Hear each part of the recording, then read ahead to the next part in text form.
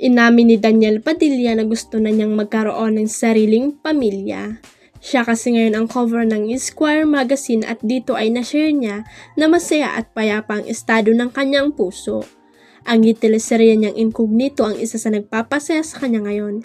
Enjoy ako dahil I love what I'm doing now. Breath of fresh air talaga itong ginagawa kong Incognito. Before doing this ay was parang nawala na rin akong gana eh. Lahat naman tayo sa trabaho natin, di ba?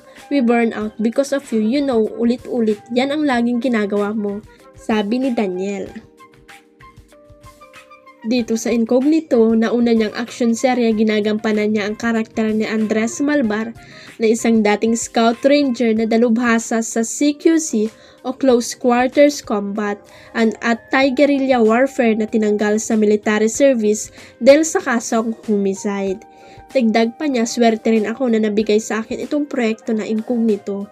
Breath of fresh air, sarap nung ginagawa ko ulit, kaya after this, parang ang dami kong idea sa mga next ko namang gagawin.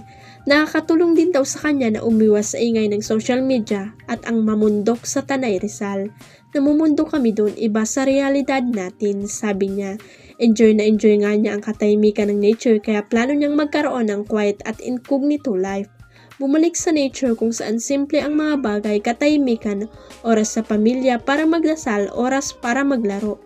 Gusto ko lang mag-farm, may mga hayop na inaalagaan, may open space, maraming halaman, sariwang hangin. Anya pa. Enjoy rin daw siya sa pagiging cool tito kay baby Claudio na anak ng kanyang younger brother na si JC Padilla. Yung bahay namin nag-iba kasi may baby na. Ngayon ko lang nakita yung effect ng baby lalo na sa mom ko, Diyos ko po.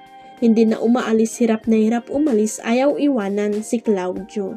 Dahil sa enjoy niya ang pagkakaroon ng baby ay dito na niya inamin na gusto niyang magkaroon ng sarili ng pamilya. Magpapatuloy niya, wala na akong ibang pupuntahan pa, gusto ko na rin buksan yung chapter na yun dahil minsan hinahanap na rin ang laman ko. Eventually, I am looking forward to having a family. Ano pa ba ang gagawin ko? Ando na ako sa boundary. So, pukpuk muna sa trabaho then eventually start a family. Wala na akong ibang pupuntahan, most of my friends have families. Nakikita ko na din magkakalaro ang mga anak nila. Usap-usapan ngayon sa online world ang namumuong tensyon sa pagitan ni Will Ashley at Dustin Yu dahil kay Bianca De Vera sa PBB House. Kapansin-pansin kasi ang muling pag-reconnect ni Will kay Bianca na nakatrabaho niya sa online collab serye ng GMA at ABS-CBN ang Break My Heart. Nung nakaraang Webes episode ng Pinoy Big Brother Celebrity Collab Edition ay inamin ni Bianca kay Big Brother na may namuong tension at attraction na namagitan sa kanila ni Will noong nag-work sila pero naging torpy ito. I really cared about him 2 years ago and dumating sa point na nasaktan ako pag amin ni Bianca kay kuya.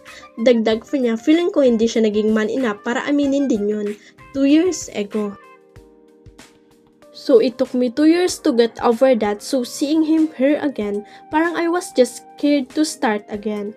Pero wish ni Bianca na sana ay maging madali ang muli nilang pag-reconnect. Na-attract naman daw si Will sa pagiging totoo na pinakita sa kanya ng dalaga at inaming naging masaya siya noon. Bigla na nga lang daw nawala ang sama nila at ngayon daw ay nararamdaman niyang bumabalik na muli ang pagiging komportable nila sa isa't isa. Sa pag-uusap ni Will at Bianca ay wish ng binata na sana mabigyan siya uli ng chance. After ng pag-uusap na iyon ay nagyakapan ang dalawa. Si Dustin na isa sa mga kaibigan ni Will ay sinisimula ng magparamdam sa kapamilya actress. Maski nga ang mga kasama nilang housemate ay tinutukso sila at may mga nagsabi pa na bagay sila. At habang kausap niya ang bagong kapuso housemate na si Vince Maristella ay inamin niyang hindi niya inaasang magkakagusto siya sa babaeng katulad ni Bianca. Pinakita rin sa nasabing episode ang pag-usap ni Bianca at Dustin sa garden tungkol sa mga type nila. Dito nga sinabi ni Dustin na ang type niya sa isang babae ay yung tahimik, alam ang gusto, chill at walang social life, pero pwede pala magkagusto siya isang babae na hindi pasok sa tipo niya. Tinanong naman siya ni Bianca kung sino ang tinutukoy ni Dustin pero secret lang ang sagot nito. Tutok na tutok ang mga viewer kung saan hantong ang pagpaparamdam ni Dustin kay Bianca at kung hindi na ba magiging torpe si Will. Mailang netizen ang nagsasabing dapat ipaglaban niya si Bianca this time. Wish naman ng iba na sana hindi maapektuhan ang friendship ng dalawang kapuso aktor. Huwag kalimutang i-click ang subscribe button at i-ring ang notification bell para sa latest at legit chika updates.